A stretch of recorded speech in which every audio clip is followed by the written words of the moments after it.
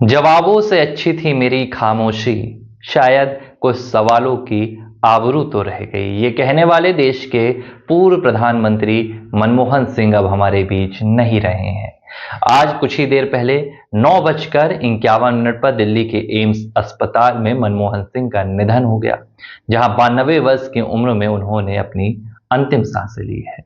Liberal TV पर यह दुखद खबर लेकर आपके साथ जुड़ा हूं और पूरे देश में शोक की लहर है। इस वक्त पूर्व प्रधानमंत्री मनमोहन सिंह को आज अचानक तबीयत बिगड़ जाने के कारण दिल्ली के एम्स अस्पताल में भर्ती कराया गया था, जहां डॉक्टर्स की टीम लगातार उन्हें बचाने के लिए जद्दोजहद कर रही थी। हालांकि उन्हें बचाया नहीं जा सका, जिसके बाद 9:51 में वो आधिकारिक घोषणा की गई, जिसके बाद पूरे देश में शोक की लहर है। प्रधानमंत्री नरेंद्र मोदी से लेकर कांग्रेस के तमाम नेता और देश का शायद ऐसा कोई नेता नहीं है जो पूर्व पीएम मनमोहन सिंह के निधन पर शोक नहीं जता रहा हो।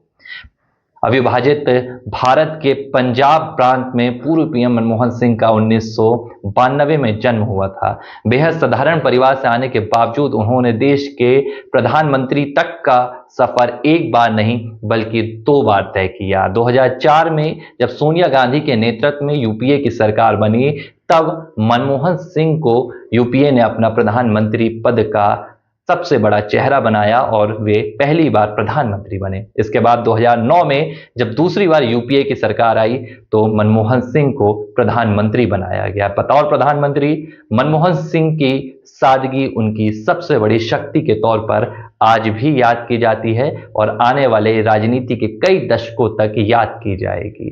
1991 में जब पूरा देश आर्थिक संकट से जूझ रहा था, तब मनमोहन सिंह देश के लिए संकट मोचक बनकर सामने आए और उन्होंने उदारीकरण की नीति लाकर पूरे देश की अर्थव्यवस्था को एक नई दिशा दी थी। आज भी पूर्व प्रधानमंत्री मनमोहन सिंह के 1991 के उन फैसलों को देश याद करता है, लेकिन आज मनमोहन सिंह हमारे बीच नहीं रहे हैं। उनकी तमाम अच्छी बातों को याद किया जा रहा है, उनके तमाम कामों को याद किया जा रहा है, साथ ही उनकी उस सादगी को भी याद की जा रही है जिसका कायल शायद ही राजनीति का ऐसा कोई भी नेता हो जो ना रहा हो। चाहे वो अटल बिहारी वाजपेयी रहे हों या वर्तमान प्रधानमंत्री नरेंद्र मोदी हो, मनमोहन सिंह ने अपनी सादगी से हर किसी का दिल जीता है। संसद में नोकझोंक होती रहती थी, पक्ष विपक्ष के बीच लड़ाई झगड़े होते रहते थे, जुबानी वार पलटवार होता था, लेकिन जब भी मनमोहन सिंह बोलने के लिए उठते थे, हर कोई उन्हें बेहद खामोशी से सुनता था। अपने शेरों से, अपनी शायरी और अपने सादगी भरे अंदाज से मनमोहन सिंह ने हमेशा अपने विरोधियों और विपक्षियों का दिल जीता है। प्रधानमंत्री पद जब मनमोहन सिंह के पास नहीं भी था तो उनके प्रति लोगों का वही सम्मान रहा। प्रधानमंत्री नरेंद्र मोदी पहली बार जब प्रधानमंत्री की कुर्सी पर बैठे तो सबसे पहले वे पूर्व पीएम मनमोहन सिंह से मिलने पहुंचे थे, और आज जब मनमोहन सिंह हमारे बीच नहीं रहे हैं, दुनिया को उन्होंने अलविदा कह दिया है, तो इस मौके पर प्रधानमंत्री नरेंद्र मोदी ने भी एक्स पर शोक जताया और पूर्व पीएम के साथ अपनी यादें साझा की हैं। प्रधानमंत्री नरेंद्र मोदी ने एक्स पर कहा कि एक साधारण परिवार से एक विख्यात अर्थशास्त्री तक का सफर तय करने वाले आज मनमोहन सिंह हमारे बीच नहीं रहे हैं और पूरा देश आज शोक में है।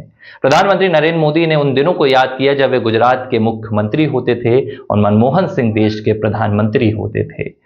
प्रधानमंत्री मोदी ने कहा कि मैं अक्सर मनमोहन सिंह जी से मुलाकात किया करता था और मैंने करीब से देखा है कि कैसे उन्होंने एक राजनेता के तौर पर, एक अर्थशास्त्री के तौर पर और एक प्रधानमंत्री के तौर पर लोगों की जिंदगी में बदलाव लाए हैं। फिलहाल जो खबर निकलकर सामने आ रही है, पूरा देश शोक में है और कांग्रेस पार्टी ने अपने तमाम कार्यक्रमों को रद्द कर दिया है। भाजपा के राष्ट्रीय अध्यक्ष जेपी नड्डा, कांग्रेस के राष्ट्रीय अध्यक्ष मल्लिकार्जुन खड़गे, प्रियंका गांधी सभी दिल्ली के एम्स अस्पताल पहुंच गए हैं, जहां वे पूर्व प्रधानमंत्री मनमोहन सिंह को श्रद्धांजलि देने के लिए जुट गए हैं। पूरे देश में शोक की लहर है और इस महान अर्थशास्त्री को आज पूरा देश याद कर रहा है और ये भी कह रहा है कि सदा के लिए मौन हो गए मनमोहन। आज मनमोहन सिंह अपनी सादगी के लिए पूरे देश की यादों में हमेशा के लिए मौन हो गए हैं। लिबरल टीवी भी भारत के पूर्व प्रधानमंत्री को श्रद्धांजलि अर्पित करता है।